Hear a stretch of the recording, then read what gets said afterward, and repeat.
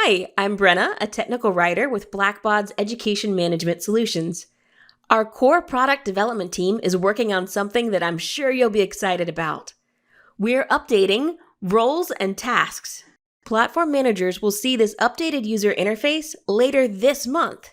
It'll replace the old way of managing security roles. Like other lists in education management, you can sort by the column headers, drag and drop columns to rearrange the information, and search the list, such as for a specific role. Notice how it's easier to tell which roles are clones and what roles the clones are based on. By the way, if you see none in the cloned from column, then the role was created by Blackbaud and isn't a clone.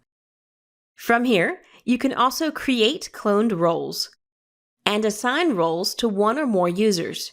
For example, imagine someone on your school staff takes on the additional role of athletic trainer. Find the role in the list. Select the dots at the start of the row, and then select Manage Role. After that, the workflow currently remains the same. In the slightly more distant future, you'll see even more updates. For example, we're also working to add list filters, improve the descriptions of all the tasks, and to make it easier for you to view what each user has access to. That's all for this sneak peek, and I hope that you're as excited as we are. So let us know your thoughts in the user community.